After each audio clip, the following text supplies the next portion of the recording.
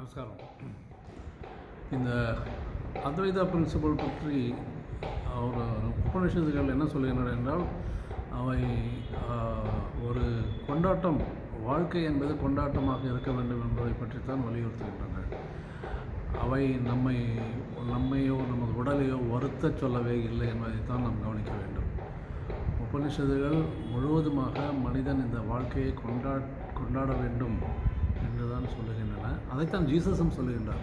கொண்டாடுங்கள், வாழ்க்கையை கொண்டாடுங்கள். நான் திருப்பி திருப்பி சொல்லுகின்றேன், கொண்டாடுங்கள் என்று தான் சொல்கின்றார்.